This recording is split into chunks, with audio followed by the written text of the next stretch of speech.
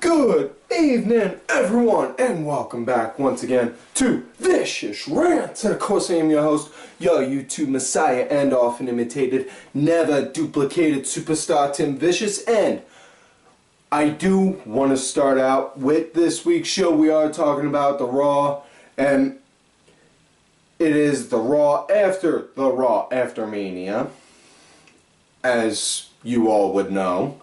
Now, before I get into this week's show, I do want to extend an apology to one Oliver Ben and the Masked Mark, who is at Just a Stupid Mark on Twitter. I can understand the comments that I have said on Sunday Segway last week may have been interpreted as a direct insult to you. Please understand that that was not my intention whatsoever. I was just simply asked a question. I was not prepared for it whatsoever, and that is not to say that I blame Kenny in regards to that. It was just something I was unprepared for. Therefore, I just spoke without thinking at first at that moment in time. That was a momentary lapse of judgment on my part, and for that, I do extend my sincerest condolences and apologies. I was abruptly wrong. Now, in regards to this Raw, we do start out with Seth, Noble, Mercury, Show, Kane, all out there. They got the Authority out there, all in full swing. And, well, no, not necessarily everyone. You know, Hunter and Steph aren't there. They said that they're on a private island. Excuse me, they're on a private island. No connection, no kind of phone connection or internet or nothing. It's all well and good. I just am thinking, okay, you know what? They're probably working in Florida or in Stanford still. Or they're just sitting backstage like, no, listen, we're not going on camera tonight.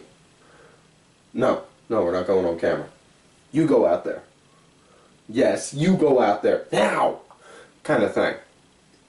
But they went out. Seth was, again, gloating over on how he was the champ and also bragging about on how everyone else had secured victories.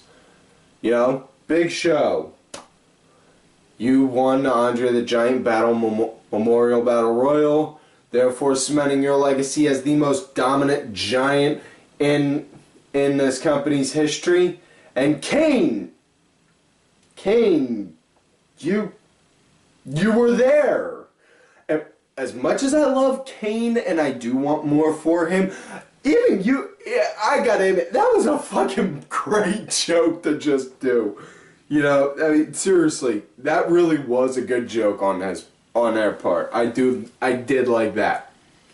You know, but as going about bragging on that, next thing you know, out comes Randy, and Randy got a nice pop. I'm impressed with it. It was a good one, like one he hasn't got in a good while. You know, and I'm kind of hoping that that they can get this ball rolling with him being a face, because, yeah, this face turn for him, it's a lot more natural than his last face turn was, and I'm really hoping for the best on this one, you know. But Randy comes out talking about on how he beat Seth at Mania, and he beat him with the best RKO ever, hands down. And you know, everyone's got to admit, that was the freaking best RKO ever. I mean, the amount of height Seth had, just going all the way up like that, and then wham, getting put down like that. That was just sheer beauty. Could watch that all damn day. As a matter of fact, no, can't. My producer the producers back there are starting to get mad and yelling at me doing no RKO. You know, we don't want to put any screenshots up or anything and risk having this show get taken down. So, moving on. We're moving on. Seth, Randy's talking about on how he deserves a title shot, and in all fairness, Randy really does, because in legitimacy, he really hasn't received his one-on-one rematch yet from last year's Mania. So that's an entire year of without getting his rematch. Then again, if you want to get technical, when Zack Ryder lost the U.S. title to Jack Swagger, he never got his rematch.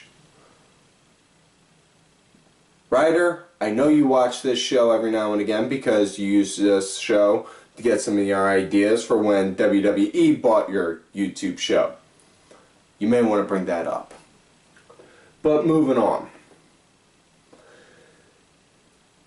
Kane wound up proposing the idea of, well, I'll let you compete to see if you can get a shot. You'll go up against you versus Ryback versus Roman Reigns. Surprisingly, Roman got a nice pop to that when his name got brought up. And he said, and also you will all also be competing during the night as well, which, while to the common fan that does sound pretty cool that, you know, you're having the guys do double duty, I don't know, to me, and I'm not just saying, and I know there are fans out there, there are people out there that are just as smart on the business and even more smarter than me. I don't go trying to play the be-all, end-all on this, but that there are more smarter out there than me that may not have seen it. But the way I'm kind of looking at it, you say that you're having the guys play double duty tonight, and it just kind of comes off saying like, okay, we don't have enough people to fill this entire show, so we're just going to use these same guys and we're going to have them do two different matches on TV instead. It didn't rub right with me. You know, that was my big issue on it, but yeah.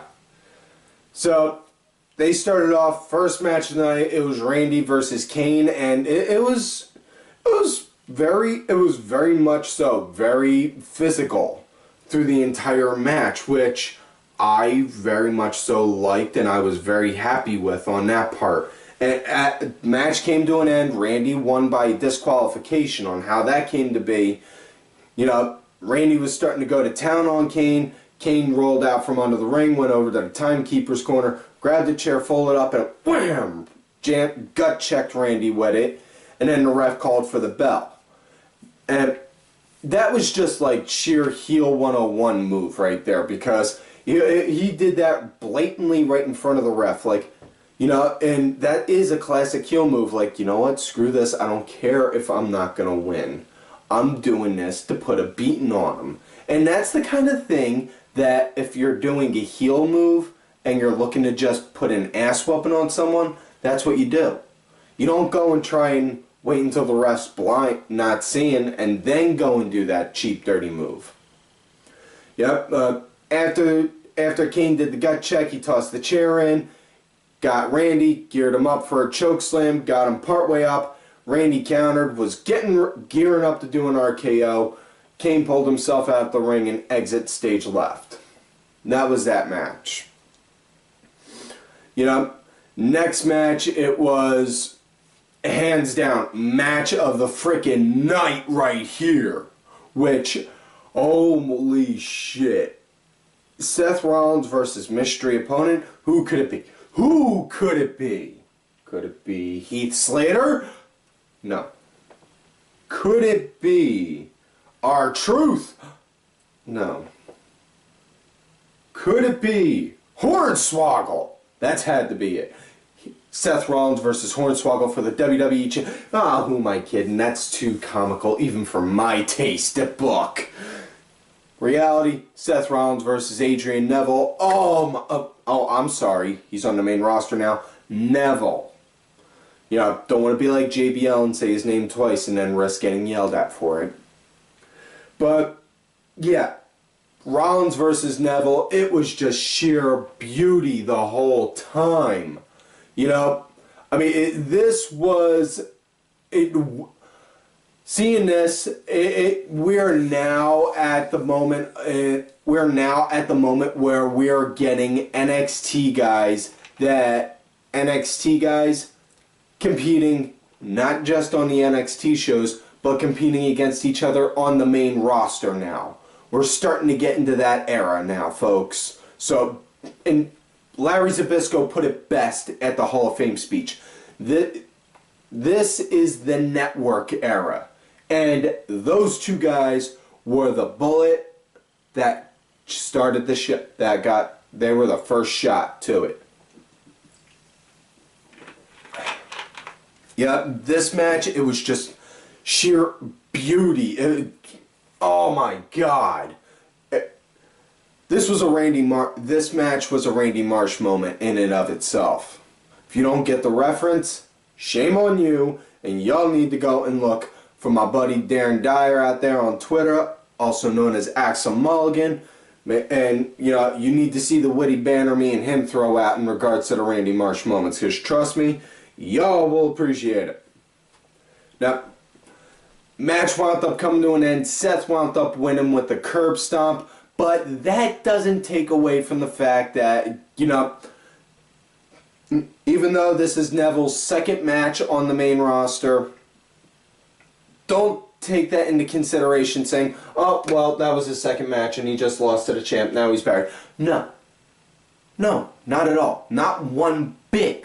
Because of the simple fact that he wound up putting up that much of an effort and making the champ have to fight as hard as he did.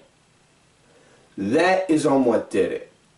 Now, I know a lot of you are going to be saying to me, oh, well, what's the difference between on if that was Neville versus Seth Rollins or Neville versus Cena? Here's the thing. With that match, that one was very much so even. They were both point, counterpoint, point, counterpoint, point, counterpoint. Whereas when you do that kind of a match with Cena, it's that guy 90% of the match dominating, and then Cena just rising up right out of nowhere with that 10% just, you know. But I'm not here to go and trash Cena in this match. Match came to an end. Rollins wound up hitting a curb stomp. This was a beautiful NXT match right here in and of itself. Now, like I said, this is now like the very first shot in regards to the network era. Yep. Next up, Cena's now going to be doing a weekly open challenge for the U.S. title. So, yeah, so his next opponent is Stardust, in which case B-Rot over there at the TRN Talking Wrestling Network hit the nail on the forehead when Stardust came out with his weird over the jumpsuit looking thing. Yep, he's looking like Mr. Sinister now. In which case, if you're able to have somebody out there going out there looking like Mr. Sinister, then that means I may have a chance going in there and pitching my Deadpool gimmick. What do you think, folks? No? Fuck you. Okay, moving on with the match. This one, it was actually pretty decent again. And I'm being relatively surprised because everyone knows I give Cena a lot of shit on this show. Which, hey, it's my show, my rules. I'm allowed to do or say whatever the hell I want. But if he's doing that and, you know, you're impressing me and I've been one to blatantly and belligerently shoot you on a consistent basis, motherfucker, you're doing good.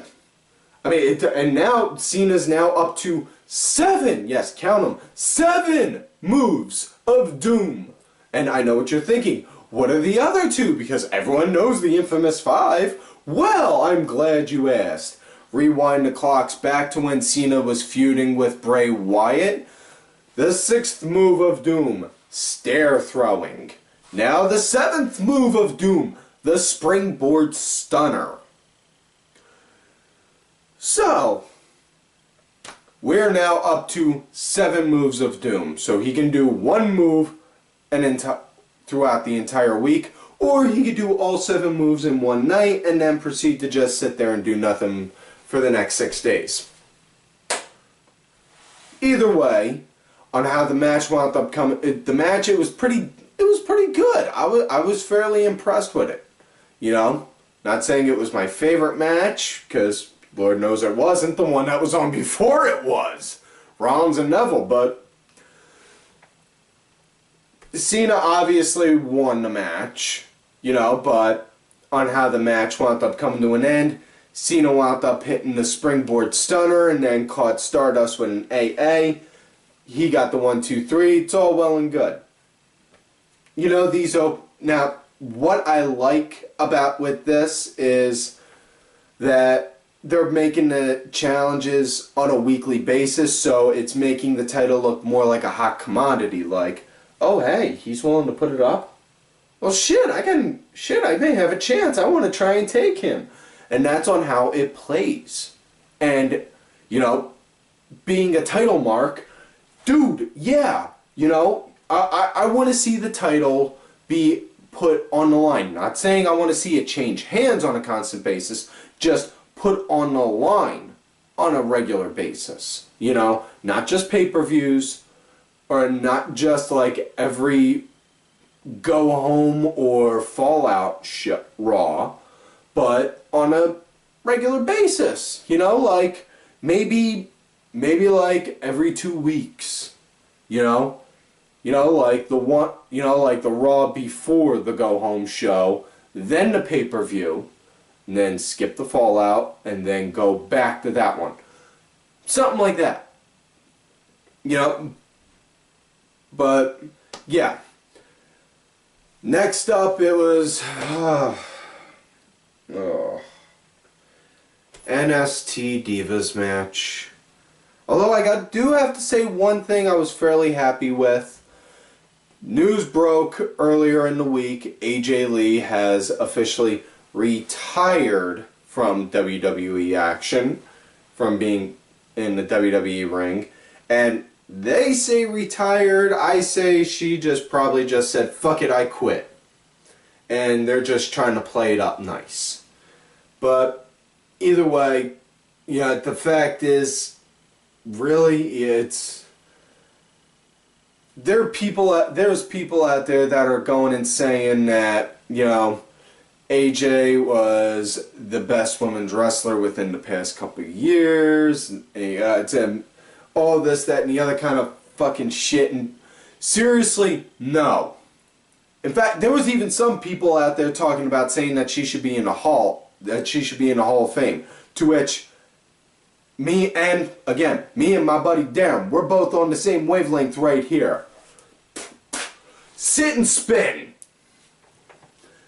Dude, really? Okay, she could pull off some half-decent moves. She was a half-decent worker in the ring. But no, she is not anywhere near Hall of Fame ready yet. I could think of at least, you know, Lisa Varon and Beth Phoenix. Those two, hands down, definitely Hall of Fame. AJ, not by a long shot, kid. Listen, you were good, but give about maybe another 5-10 years, and then we'll go and look back on this and see. You know? Nah. In fact, you want another one that's worth being mentioned to go into the Hall of Fame? And personal opinion, Jacqueline? Yeah. But not going to go into debate on that. Want to focus on the show right here before my ADD kicks in and then I go and blow a gasket on something else. ST Divas match, Bellas versus Paige, and Without AJ, who will she partner with? Is it going to be a handicap match? Is she going to have a mystery partner? It's Naomi. Okay. The whole Team Annie Divas thing wound up hitting a screeching halt the second AJ quit. But the whole idea of Paige being an Annie Diva wound up just not just getting, didn't just get, the brakes didn't just get slammed, the brakes got slammed, the sheer body of that became a mutilated corpse. It got drug out into the middle of the street, beaten to a bloody pulp, doused in gasoline, set on fire, and then pissed on to put the flame out once because of that tag team match. And because you got this dark, pale, goth chick with the loud party funk chick. Huh? Yeah. Okay. So, as far as the match goes, though, it was your normal ST Divas match. You know, I can't really knock it that much because of the fact of, you know, last week with the Raw After Mania, the crowd was heckling. The crowd was really ripping into the girls pretty bad. I mean, they were going out throwing... there's one thing, throwing out cheap shots at the girls, you know, saying like, doing stuff like you can't wrestle or you dress like a hoe or something, but doing chants saying you blew Cena or you fucked Brian. Dude, seriously? That's low even for my standards, and trust me, I got some pretty low fucking standards.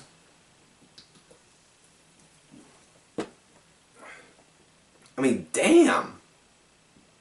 But yeah. Paige and Naomi wound up getting the win. Naomi got the pinfall, so you know they're obviously building her up now to get the title sometime soon, in which case, again, if the rumors are true and the Bellas are supposed to leave sometime soon, please let that happen.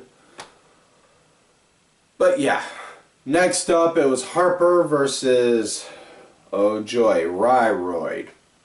I'm not even going to go into detail on this match.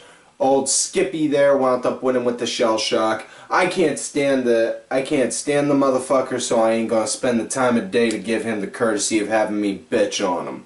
So, moving on, we got New Day, which normally you have Big E and Kofi, but oh no. This time it's Big E and Woods versus the Lucha Dragons, which, way cool. And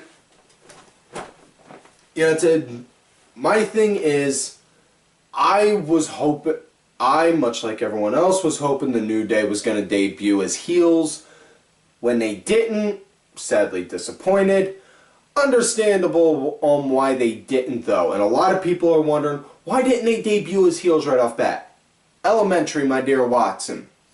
When they were originally set to debut, when Big E wound up climbing out into the ring, dressed up like Brother Love and confronting Big E, or when Woods came out dressed up like Brother Love and confronted Big E and Kofi on it, saying that they should group up, that was just right when the whole Ferguson riots were starting up. So they didn't want to bring out that kind of a group during, this is all speculation right here, I may add. Didn't want to bring them out right at that time because, you know, to race tension and riots, it's a very hot and very hard to work kind of thing. Yeah, that's why I think they waited until after all that stuff cooled down and then brought them out as like preachery, doing that whole preachery Baptist, yeah, New Day shit. But yeah, it's hopefully the New Day are going to wind up going heel and saying, you know what, you want to keep throwing negatives at us, we're going to take those negatives and put them into our positives, and you know, and do it in like a very sinister kind of bad way. Like, the more you boo me, the harder I'm gonna hit this guy, kind of thing. Yeah, but the match itself, oh, it was fairly okay. I mean, I've grew up watching real lucha wrestling, not the kind that everyone expects to see on WWE.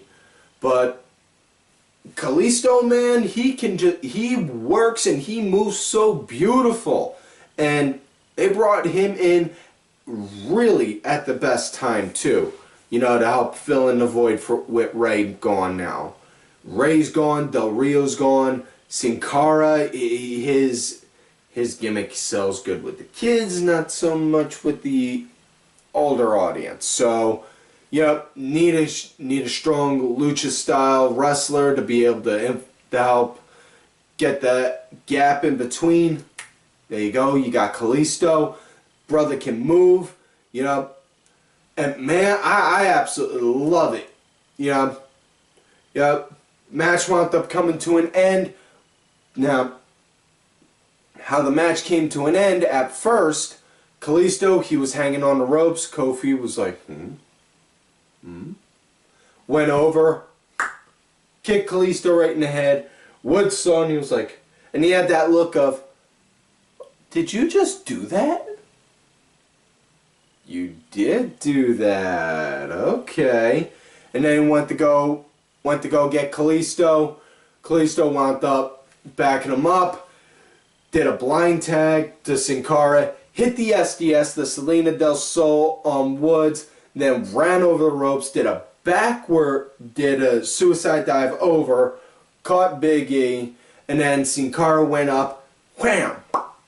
Swanton got the 1, 2, 3. And they show Kid and Cesaro watching over the match. So I'm calling it now. It's probably going to be on the pre-show, but Cesaro and Kid versus the Lucha Dragons at Extreme Rules.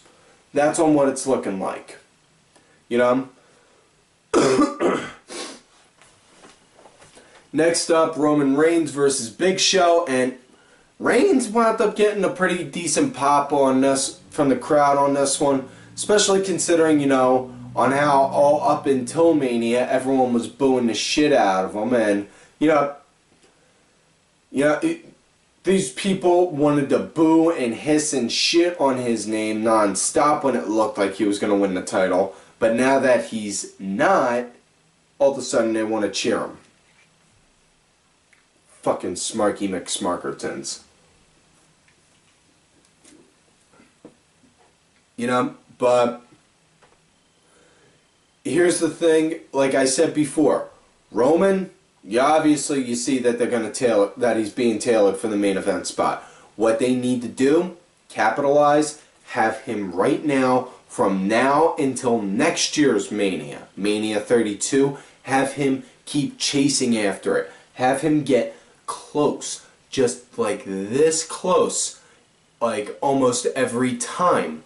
Just so that way it makes his character look more hungry, thinking, I was there. I was this close. I had you 1, 2, 2 3/18. Oh man, nah, man, and you can use that to help push his character, to make his character look like he's fighting harder to get closer. Now on to the match. As far as what this goes, it was, well, obviously we all know on how well the Roman Reigns and Big Show matches tend to go, but as far as they go, you know, I'm not gonna lie, it was actually fairly decent this time around. Yeah, it was probably my most enjoyed one yet, which, hey, that's saying something. You know, but yeah, it wasn't really that much worthwhile to write home on. I mean, we all knew on what the outcome was going to be. Reigns wound up hitting 3 Superman punches, which I'm surprised the ref didn't warn Big Show. 3 close fist punches back to back to back without warning him? if I was Show, I may be a little pissed at the ref on that one when I got in the back. But, and then followed up with the spear, got the 1, 2, 3, so, yeah. Next up,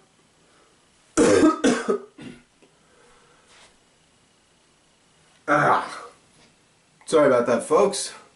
Next up, I have Sheamus versus Zark Henry. You know, I gotta say, I'm like everyone else. I'm definitely digging Sheamus going out, and yes, I am calling him Sheamus intentionally. You go and you follow Old Cracker on Twitter. You know, you ask him about what's up with Sheamus, he'll help explain that to you. But thing is, I'm digging this gimmick with him. Still trying to get used to the whole mohawk and beard thing he's got going for him, but yeah, he's looking really good. He's looking really strong and dominant, and that's what you need in a good heel. They need to look mean, they need to look angry, they need to look strong, and they need to look dominant, and he is doing that. He was saying he wanted to fight a real man, but there's not that many out there in the company. And how many guys out there can go up against a 6'6", 260 or 80 pounds, I think he said, and then next thing you know, boom, hey, it's me, Zark Henry. And this one, it was Henry, he got power shots in, but Sheamus pretty much was dominating through the show on that one. And Sheamus, he got the win, brogue kick, 1, 2, 3, so you know they're obviously going to wind, you know, I'm looking at it like this, they're probably going to wind up doing either a triple threat or a fatal 4-way for the IC title at Extreme Rules. Now, if we're lucky, and if it is a fatal 4-way, given that it's Extreme Rules, maybe we'll be lucky and it's a fatal 4-way, no DQ match. You know? I think that would be nice. Yep. Matchup after this one was Miz versus Mizdow. I missed the shot on this one completely because I said if they weren't going to do it at Mania, then they would have probably stretched it to Extreme Rules, and well, 2 weeks out of Mania, and they go and get their first encounter. So yeah, I kind of blew my shot on that one. So yeah, the match itself though, it was nice. I dug it. You know, it was good. They were good back and forth with each other, and it was good seeing Mizdow actually getting to go and work the ring. You know, especially considering being freaking trained by one of the greats, Killer Kowalski, you know? Okay, aside from Triple H being the most obvious example of being trained by Killer Kowalski, you know who else was besides him and Mizdow? Frankie Kazarian. Probably one of the third best examples. You know, I know Wiki says Kofi was. I'm not 100% on that one, so I don't normally tend to trust Wiki 100% though. But yeah, the thing is though, being trained by Kowalski, you get taught how to work and work the ring. You know, and aside from that, work the crowd. You know, and those three guys that I just mentioned, Hunter, Mizdow, and Kazarian. Those three guys right there can work the crowd as well as work the match. And that's what's beautiful about it.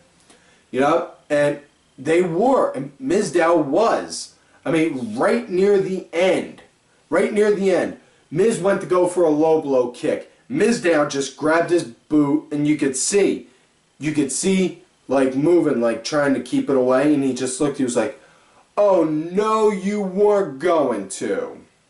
And then threw his foot down, started going at him, and that match wound up coming to an end. Miz wound up doing a quick roll-up, grabbing a handful of tights, 1, 2, 3, rolled out the ring, and then ran off.